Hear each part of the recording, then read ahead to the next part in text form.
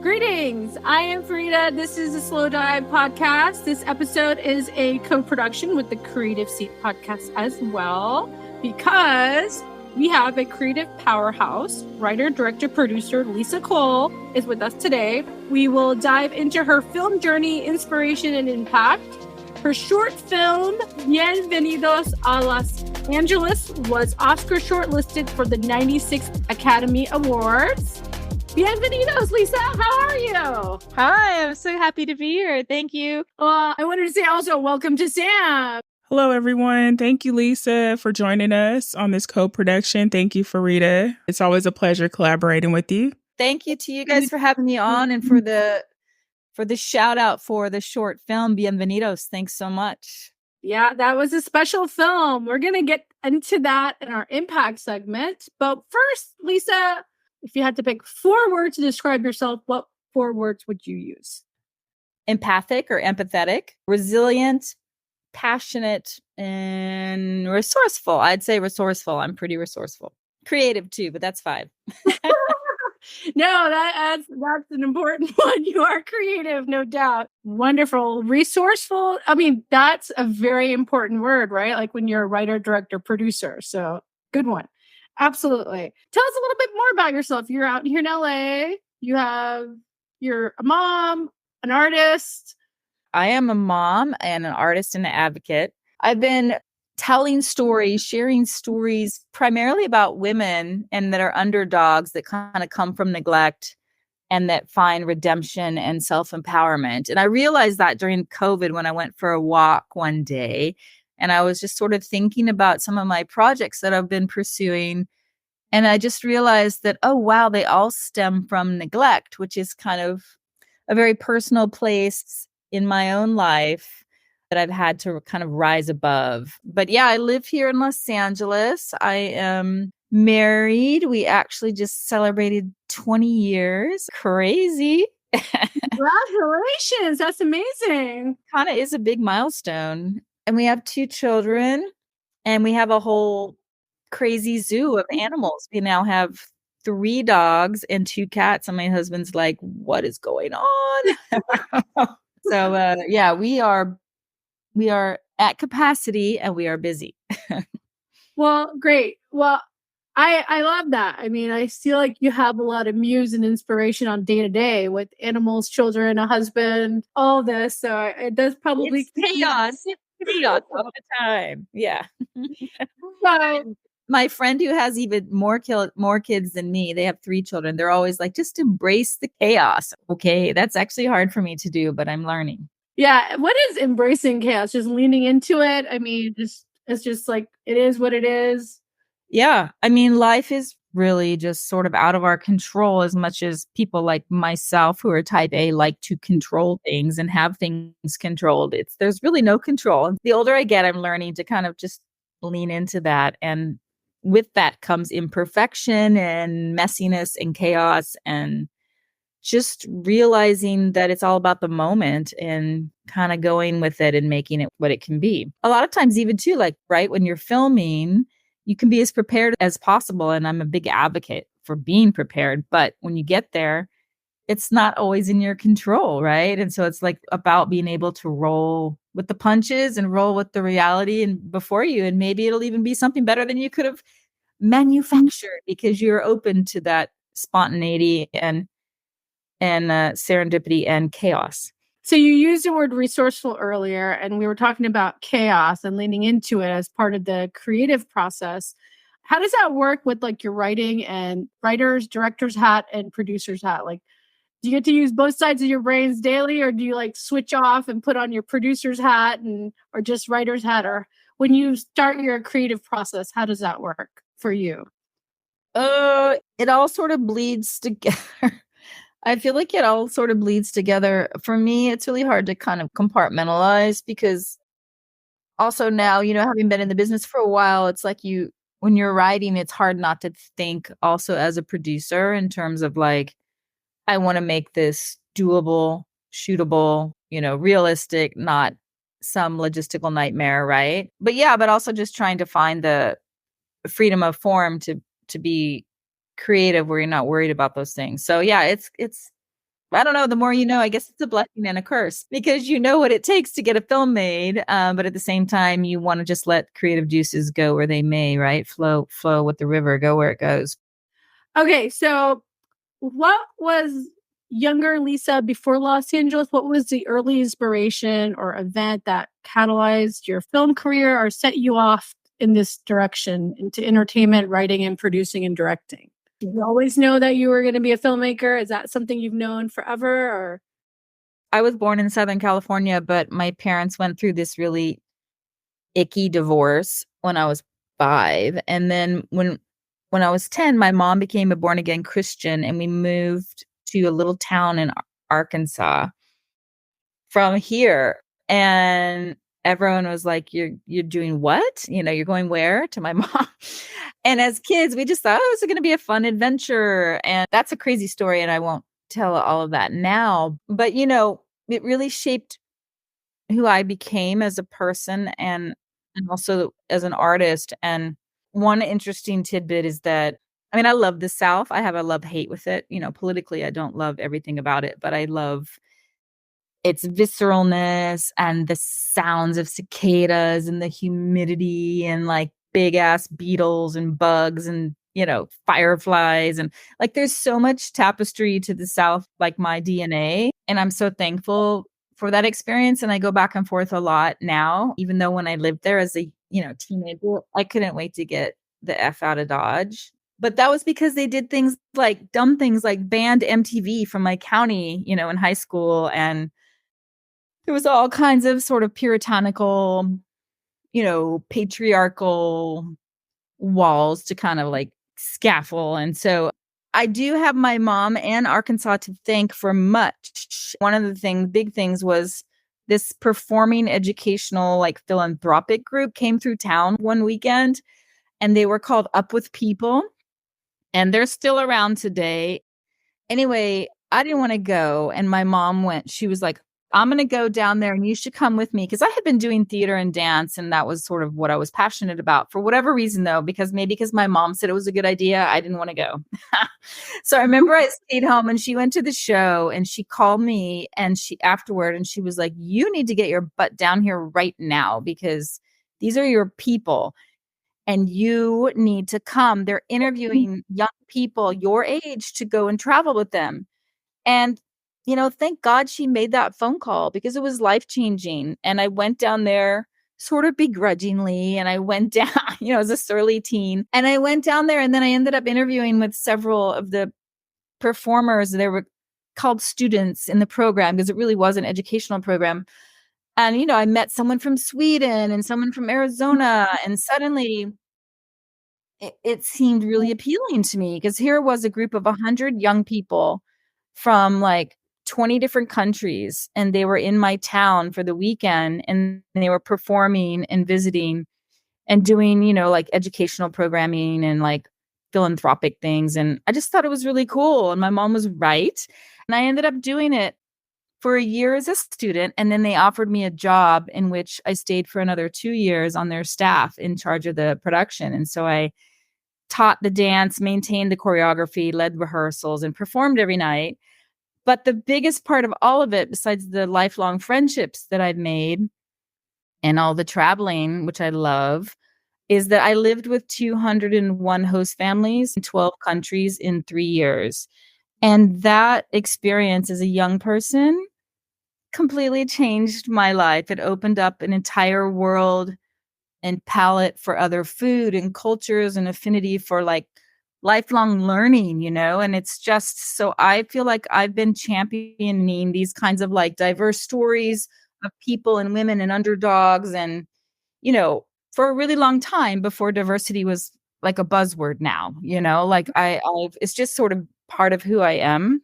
And it's definitely shaped the types of things that I'm interested in doing and projects and people that I like to work with. And so, yeah, that was kind of the biggest influence on my life, I would say.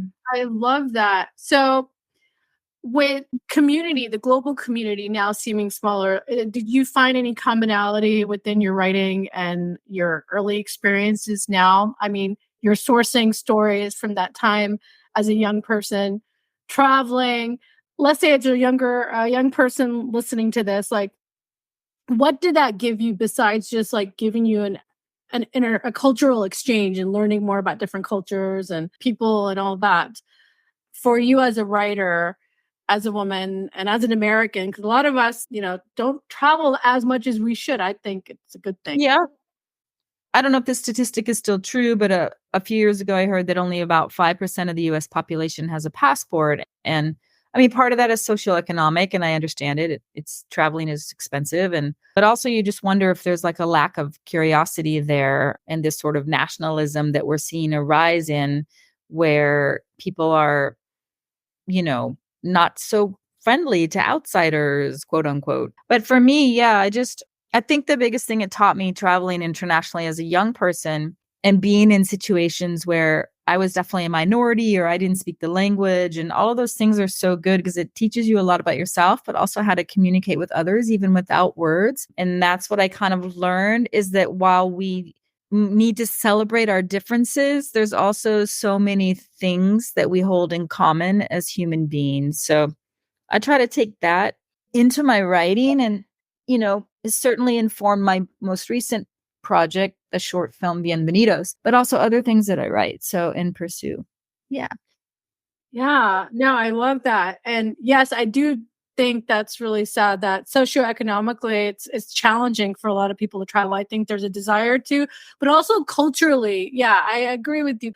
Besides your travels and your personal experiences, when you're wanting to write something, because you write and direct your own stuff, but obviously you want to direct other people's works as well. But for your stuff, how do you kind of get your inspiration? Is there like a wheelhouse or a theme or a topic that you kind of cater to that speaks to you more so, aside from, like you were saying, women's stories, the underdogs, but like, are there other sources?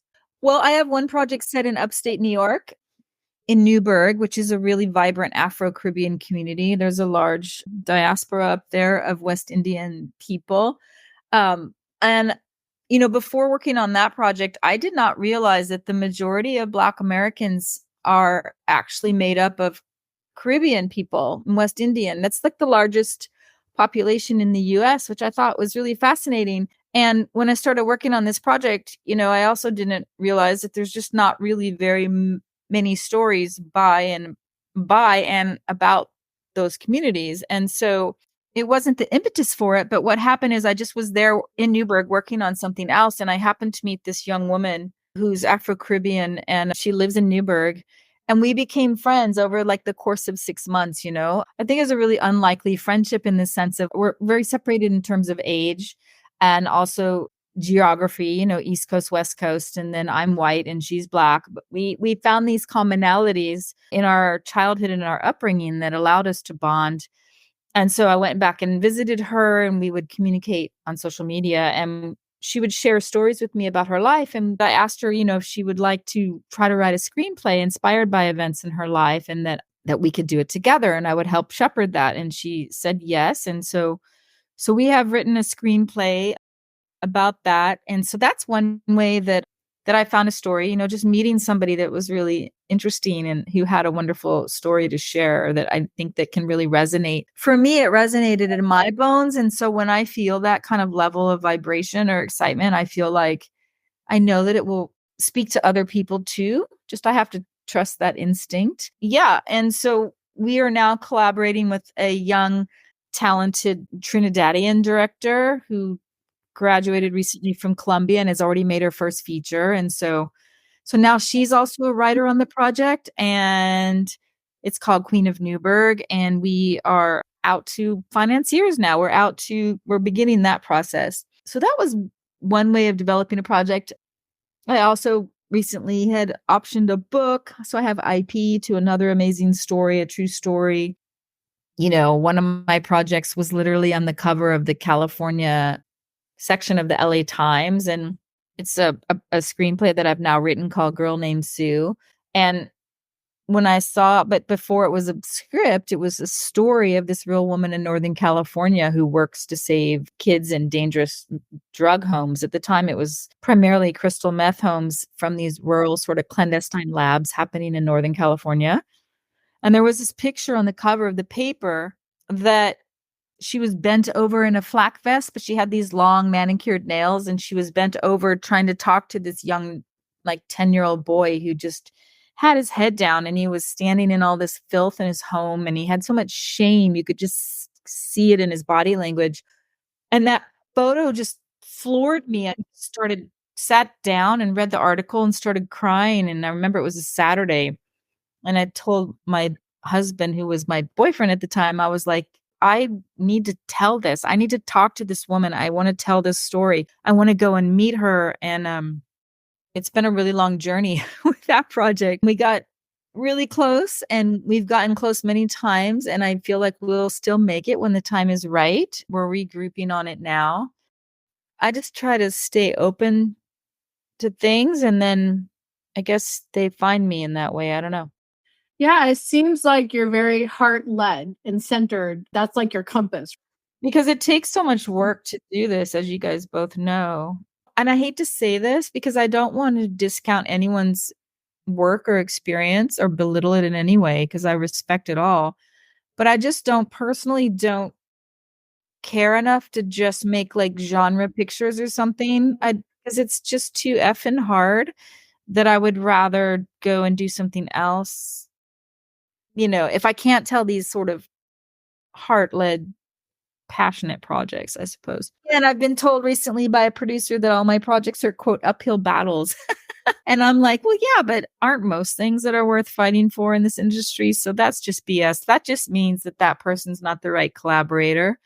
And no means new opportunity. Yeah, there's an audience for every film. There's a producer for every project. And yeah, I agree with that sentiment. But you do have to be passionate about your project and get excited about your story to commit such a long period of time in development and then raising funding and then going into production. So yeah, you can't do stuff that doesn't speak to you. Like if it doesn't speak to you, you can't get excited about it, then you lose steam, right? Like you have to, and everyone I think on a project needs to be just as passionate in moving the film along and getting it to the audience. Otherwise, yeah, it kind of slows down the process. And I agree. Well, that's interesting. Queen of Newburgh is one of your latest projects that you're up and coming, or you're still in development right now? Well, we just finished the draft of the script where all three of us are really happy. So that would be Maya, the director, and Ronnie, the young woman who co-wrote it with me, and then myself. So yeah, so now we have our team in place, and now we are strategizing the next steps in terms of financing, and we've applied for some opportunities that we're waiting to hear about, and that we're starting to have meetings. So it's exciting. You know, although they say it's a terrible time for drama, I even heard one person say, "Oh, drama's dead." And I'm like, I started laughing. I'm like, okay, that's a really short-sighted view, because this is a very cyclical industry, and drama, has been in our DNA since the beginning of time, and people always want dramatic stories. And that's not to say we don't need more comedy, and people want escapism too, of course, but I just don't see drama going away. And you can only do so much horror and sci-fi. I mean, come on, like that's suddenly the market's gonna be flooded with that, and then they're gonna be like, oh, no horror, sci-fi, our dockets are full. So that's where we're headed. I literally applied to this one thing today, and it's all about horror and sci-fi, and I was like, well, we don't check that box. So they had a category called wild card. I'm like, all right, we'll apply under wild card because you don't fit the genre that you're looking for. So anyway. I love that. But that's so true, right? Actually, what I've been hearing a lot, because I'm just from the industry talk and the indie micro budget world, that's the world I am at the moment. It's like rom-com. Do you have a rom-com? Do you have a horror? But in drama, I think drama is still in demand, but yeah, not just drama flat. No, like what is the world of the story? And like what kind of drama? Is it a family drama, a crime drama? Is it a period piece? Like, I mean, there's layers to that. Yeah, I don't think drama's it. I think drama's very much alive. And yes, it will boom and bust cycle in the story world. We will tap out. Like we will get sick of horror and sci-fi at some point. Yeah, I mean, I don't personally even watch those two genres, so I might be missing out, but I don't know. Yeah. Give me a good drama, or I love movies that are inspired by true stories, or dramedy. I really like dramedy. I mean, give me American Fiction. That was amazing, right? That film was able to straddle both, did dramedy very well. I loved it. Yeah. I think horror can be interesting too. I started off in horror, but Yeah. I don't mean to disparage any genre. It's just no. Okay, so what do you think like the future of storytelling? I know we talked about this is what the buzzwords are right now is horror and sci-fi, but what do you think with the streamers and all these like changes since the pandemic, the writer's strike, and now all these merging studios, and what do you think the future of storytelling is for creators right now? Or what do you speculate? If you could put it out there as a writer, director, producer yourself. Yeah, I don't think anybody knows. I don't think anybody knows anything at the moment. I think we're in a very tumultuous time, which is scary, but also out of that usually comes disruption. So that's a good thing. And people are working behind the scenes to try to figure out what the next thing is going to look like in terms of distribution platforms and content pipelines. And I was fortunate enough to be invited to this very small brunch at Sundance this year that was only for like 50 people in a private house one morning. And then they had a breakfast and a very informal, like gathered around kind of panel talk where we just sat on the floor and the staircase, and it was like the head of TikTok and the head of, Gold House. And so Bing Chen was there, and the head of Canopy, Sharon Waxman was there, Dan Kogan was there, the head of Impact Partner, like the head of Story Syndicate, like all, these big heads of industry and titans of documentary primarily, but also narrative were there in the room, and some independent producers too. And this was the question on everybody's mind, of course, but no one had the answer. And I think it's a really interesting time because, of course, everyone's trying to figure out, like, how do we take our content and go straight to the consumer? Mm-hmm. That's what everybody would like. That's what everyone's trying to figure out. Like, how do we bypass this current pipeline of streamers who are buying very little and have turned into studios themselves? Mm-hmm. So, Sundance, which used to be the preeminent place for documentary sales even 5-6 years ago, no longer is. And everything is changing. And it's scary for Sundance, and it's scary for festivals. It's scary for creators, everybody. But out of that scariness comes, right, change usually. So it's just like we're in growing pains right now until we figure out the next thing.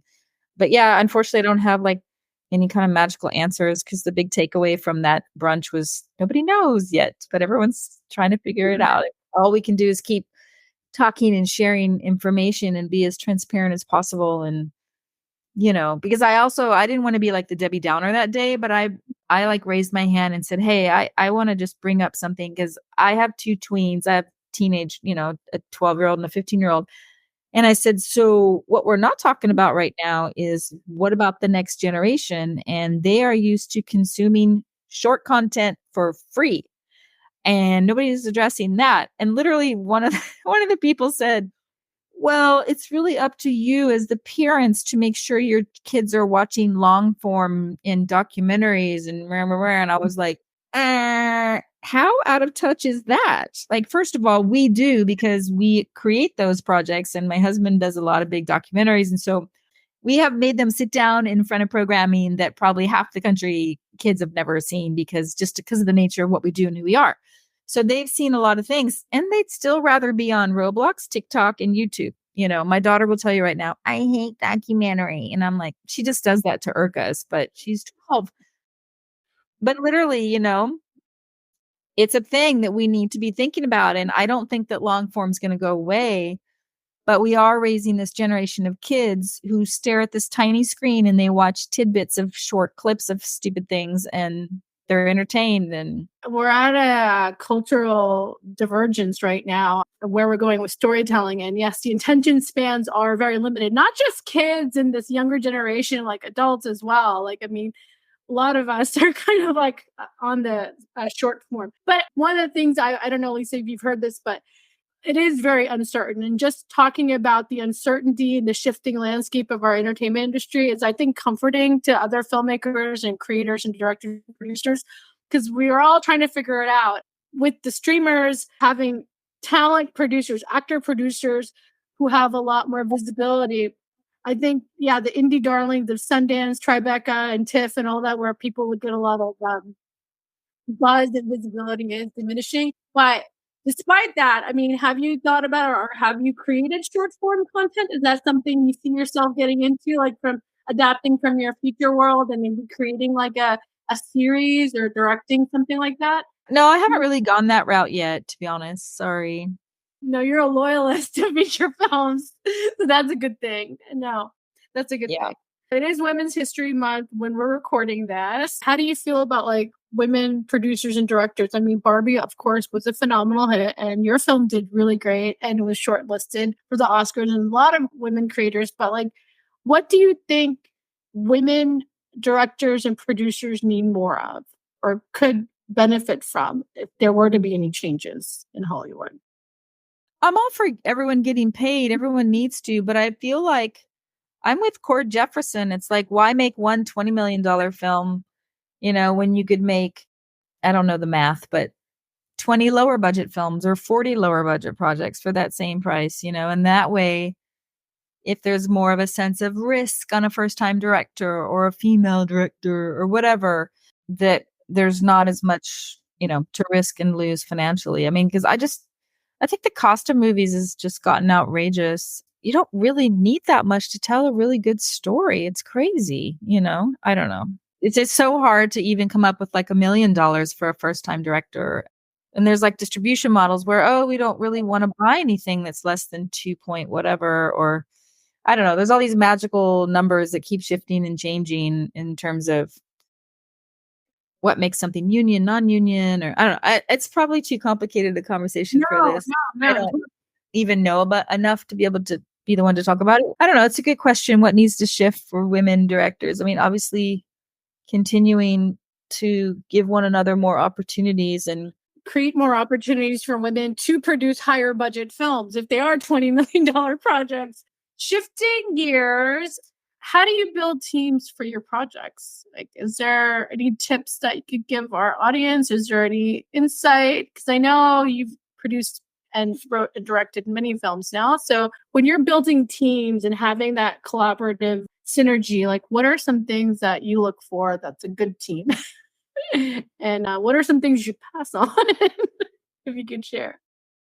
Well, it's really hard to know, right? Unless you've just come out of film school and you have your tribe and you guys roll out of that program and you're all making projects together. That's the ideal thing. But I've been out of film school for a while. And then I was working as a writer for so long that I sort of lost that, production tribe. So I had to kind of amass it again when I was going to shoot Bienvenidos. I wanted to keep it small, but it still needed at least a 20-person crew. And so, I think we ended up around 22, 23 people on the crew. And so actually Women in Media was great for that. So, being a part of these different organizations where you can try to organically meet people that you seem aligned with. But even still, I had to work with a lot of people that I hadn't worked with before. And that can always be tricky because you hope that you're trusting your instincts and you hope that you make the right choices. I mean, it has happened to me in the past where I thought I picked the right person and then had to kind of move on from that. And that's difficult. But boy, I was glad I did in the long run and trusted my instincts, and it's tricky, right? Because it's like a marriage. And especially with your producers, like you really want, ideally your team you need to have each other's back. And that's not always the case, And like you were mentioning earlier, unfortunately, there's, even though we're trying to like work with women and make a concerted effort, sometimes there's mean girls that slip in there and you just don't know sometimes until it's kind of like until you're embedded and it's like, oh crap. It can be traumatizing, Lisa. I don't know about you, but it can be. You got to have that resiliency and tough skin to get back and build a new team again and be like, oh my God, I hope it doesn't happen again. I hope we're all on the same page. I'm working on this one project where I literally had to let the two producers go when I realized they were mean girls, and I remember asking this one producer after a 4-hour frustrating conversation, like, I just had to go, okay, wait, tell me again, please tell me, why are you working on this project? Like, why are you in this? And she couldn't answer. And I knew right then and there, like her heart was not in the right place. And I just knew, like, this is done. And then it was a painful extraction process, but at least I had clarity, and then you have to I literally feel like, you know what? I went through that ickiness because I needed to grow more balls. Like I needed to be able to stand in my power and go, nope, this is not working. This is not what's best for the project or me, as the creator, like not a good fit. And it was hard, but I need to just stand in that power and learn to do that. And I'm learning to do that more. And I'm so glad I did, because now I'm with, a much better team. I love that, because yes, that resonates, I think, with a lot of us who are listening. Yeah, reclaiming your power, but it's almost kind of like an initiation, right? Like, I have to go through that so you know what not to do next time and how to vet better teammates for projects. And I think everybody, men or women, anybody in the industry has these like stories of like projects that kind of fizzled out, dismantled, or was too much egos involved, and it wasn't about the project anymore. It was about everybody's like ego and their or literally just like I had this one person like redo a budget, and suddenly there were these new line items that benefited them, and I was like, wait, okay, so we're increasing the budget by X amount, but what's your plan to how to raise the money? And they didn't have an answer. And I'm like, this is ridiculous. That's not going to work. So anyway, yeah, fortunately or unfortunately, as the director, you have to know so much, because you got to be able to read a room. You got to be able to read the budget, understand the budget. You have to know contracts. You have to know, sometimes you just want to be in this creative bubble and be like, I just want to focus on the writing and the directing. But you really have to, unfortunately, you have to wear all hats kind of all the time.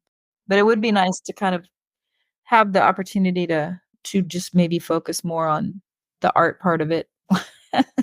We're all hyphenates, right? I mean, yeah. You lean on one area first. I think coming back from those experiences, yes, I mean, you're stronger, you're better for it, and now you know what not to do, and you get better with each film, each project. So absolutely, yeah, absolutely. Okay, so now talk about this amazing film that I was so happy to be a part of as well. Bienvenidos a Los Angeles is an impact film. It was nominated, Oscar-shortlisted for the 96 Academy Awards this year, inspired by a true story, and is screened over 60 festivals globally. It's done really, really well. Tell our audience how this film came about. Thank you for that great introduction to the film too. Yeah, so it's a great story in terms of, again, it was a true story, and that's what I tend to gravitate towards, but it was a story that I had lived firsthand as well. So really, it's a story. The movie is about 3 women helping each other in the City of Angels, and it tells the story of this Nigerian woman who's on the path to getting her green card, and suddenly the Muslim ban jeopardizes that. The rug is pulled out from underneath her. She ends up in a rideshare that night on her way home, and she's received a letter at work that says she has to leave the country within 30 days. And so she's on her way home, just totally distraught, doesn't know what to do. She's also a single mother. And in the rideshare, she meets the rideshare driver, who's also a grandmother, who's been in the country as an immigrant for 29 years. And then she meets this young woman, Elizabeth, who's a single mother who is on her way to the airport to pick up her son, who she's not seen in 5 years, and he's only 6 years old. So I wrote it so that the Nigerian character is feeling, at first she's feeling helpless over her situation. And then when she meets Elizabeth, she realizes, you know what? All is lost anyway. I can help this other person and do something good to help this other person.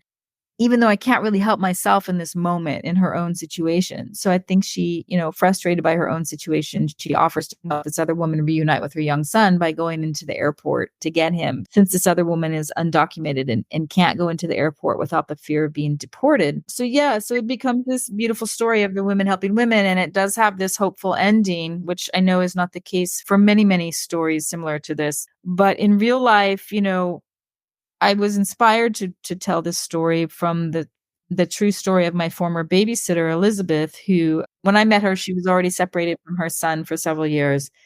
And when he turned 5, I remember talking to her, and she was just so upset. And, he was about to start school. And she said, I think I've got to either go back to Mexico, or I got to figure out how to bring him here, because he was a US citizen and he had papers, but she had taken him back to Mexico when he was only 1, so that she could continue working here. And I met her, like I said, a few years after that. We used to just cry together a lot over the fact that they were separated and how much she missed Chris. And so I only got to know him, on her FaceTime on her phone.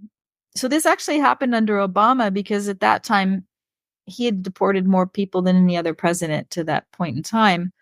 But it wasn't until the Muslim ban under another administration that I remembered the story, in terms of like, wow, it was so infuriated by what I was hearing on the news about family separation and through the Muslim ban, that I remembered Elizabeth's story, and I was looking for something to direct. And so I called her, and we're still very close. Here's my idea. What would you think? Thankfully said yes, and trusted me to tell her story. And she really was eager to share it, because she believes that, a lot of women can relate to the shoes that she was standing in. And so, so we set out to do this thing together and to tell this story, to put a face of humanity on a really complicated issue, which is immigration. And it's a beautiful film. And I know why it's done so well and it's resonated with so many. One thing our audience does not know, you also did a give back to the San Fernando Refugee Center that really helped their children's program. That was really pivotal. So this film has been opening hearts and opening discussions and dialogues on that. And congratulations again for being shortlisted on that. I mean, you are definitely an impactful filmmaker, Lisa. And I'm so happy to know you as a writer, and I'm inspired by your process and everything that you bring to the industry. But listening today to how you source your inspiration, real life experiences, and channel the underdog and bring resilience and reframe that into impact, I think it really paints a beautiful picture of who you are as a filmmaker that took out and saw the world, and now is bringing the world back and making it feel like a smaller home for all of us, where we can all be interconnected and related. So I love that. And I'm really excited to see what else you create in the future. And I know it's going to be amazing, but of course I can say that, but I know that. So going forward, as we close out today's interview, I wish we could be on here for a couple more hours, but what would be your ideal project? If there was something you want to work on or create or produce or work with, I mean, if there was no constraints, let's just say, or there was a nice budget, what would you like to create in the next few years for yourself, or produce, direct, and write? Well, first of all, thank you for all those very kind words. I'm very flattered, and it's so nice of you to kind of frame everything that way, and appreciate that you see my work that way. And thank you. And thanks for being a big part of it, to both of you, Farida and Sam, because you both helped so much with the impact. And we did that wonderful online screening, and then another in-person screening for the Refugee Children's Center. And I really couldn't have done it without you guys. So thank you. One thing I do want to say is just that I think that when society likes to put people in boxes and give labels to things, and label people, right? And it's very limiting. And so for me, I want to use my gifts and as a creator to help break that down, and to show that, when we can see beyond those sort of societal labels, that like a kinder world emerges, as we can see one another as these sort of beautiful, complex human beings that we all are. So that's sort of what drives me, and the kind of the compass for what I'm looking to do next, and trying to tell universal stories that have redemption in them. And I have a whole slate of projects that I want to do next. So I feel like I'm just getting going, and the Oscar shortlist has been such a blessing. It was, first of all, it was really fun and amazing to be on that list of 15 films with people like Wes Anderson and Pedro Almodovar, and Ethan Hawke, Pedro Pascal, John Travolta. I mean, it was nuts.